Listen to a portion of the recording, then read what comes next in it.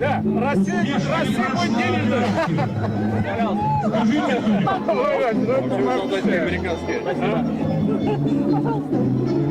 Счастливая хозяйка этого КДК. А теперь 3 дня не будет. Президент России Россию делает богатой денежной. Российской Федерации!